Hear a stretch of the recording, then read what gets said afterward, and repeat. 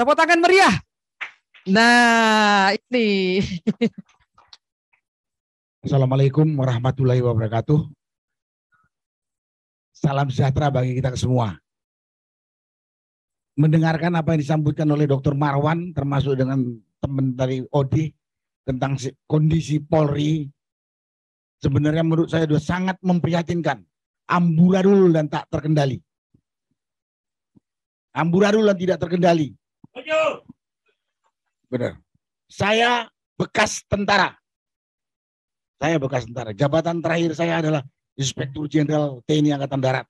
Ya, urusan menyelidiki dan menyidik ya pernah saya lakukan.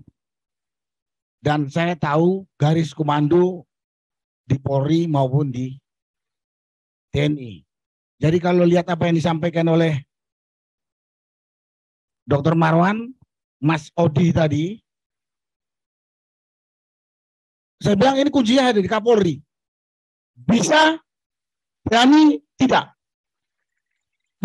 Pemegang otoritas tertinggi di Polri itu ada Kapolri. Tidak ada lagi pihak lain yang boleh mengendalikan Kapolri, kecuali Presiden.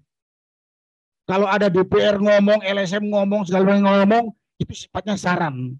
Bisa diterima atau tidak, ya pertimbangannya Kapolri. Jadi menurut saya, Kapolri bertanggung jawab dan boleh dikatakan ikut bersalah. Ikut bersalah. Kenapa tidak?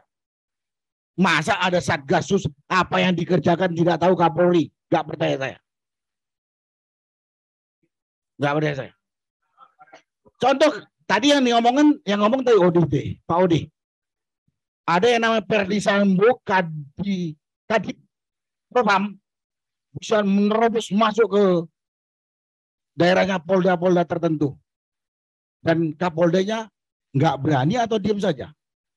Padahal Kapolda kan bilang ke Kapolri, ini ngapain si Ferdi Sambo masuk ke sini ngatur-ngatur saya? Gitu. Bisa kan? Kenapa dia manja Kapoldanya? Nah, Kapoldanya ada indikasi, diduga ikut. Ya saya bilang diduga boleh kan? Nah jadi karena itu saya katakan pada kesempatan ini saya hanya mengulang pernyataan dari banyak pihak. Udah nggak saya sebut lah, banyak sekali pihak tokoh-tokoh mengatakan bahwa Kapolri harus membersihkan tubuh Polri. Kapolri harus, karena dia punya otoritas besar sekali, sangat besar. Dia nggak boleh takut pada Wakapolri dan ada Kaba Intelkam, Kaba apalagi di situ ada Irwasum, nggak boleh. Dia yang paling tinggi kok. Dan dia sudah dapat otoritas dari Presiden.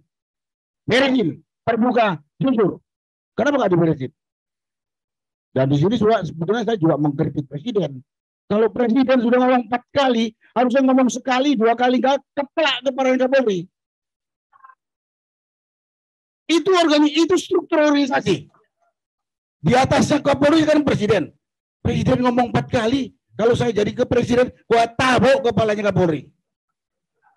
Kenapa nggak dikerjakan? Otoritasnya itu besar. Jadi pada kesempatan ini, saya cuma mengimbau kepada Pak Kapolri. Kalau Pak Kapolri nggak berani, ya minta ganti, cari ganti.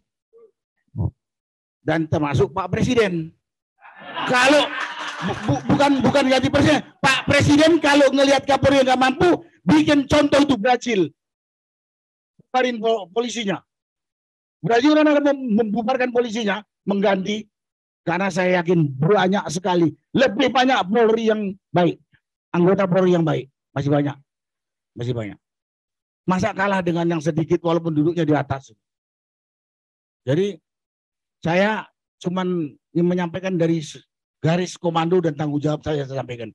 Pada kesempatan ini saya katakan, juga pada kesempatan ini saya menyampaikan kepada Kapolri mungkin.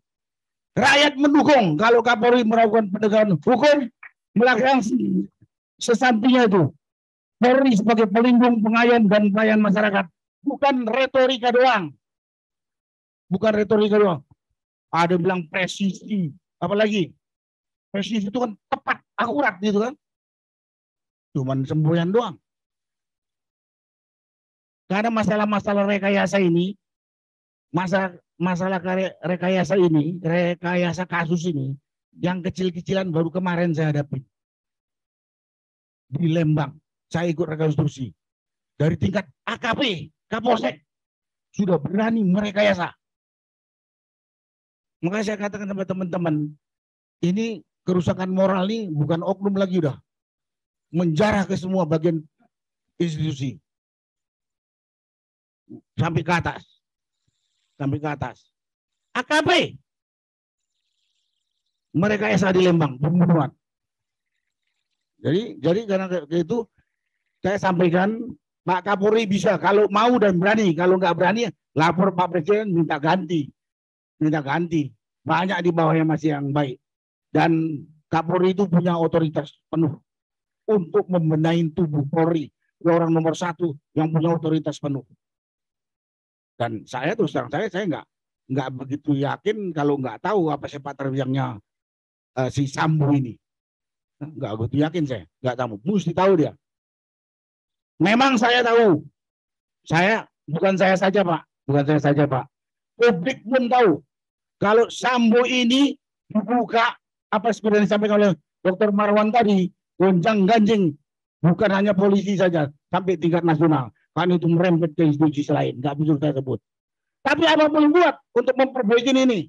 Karena Pak Kapolri juga mengatakan, barang busuk dimulai dari kepala, babat kepalanya, itu omongan dia. Itu omongan dia, bukan omongan saya. Terus si Sambo mengatakan, rekamannya masih ada. Setiap prajurit anggota Polri membuat pelanggaran 2 tingkat ke atas bertanggung jawab.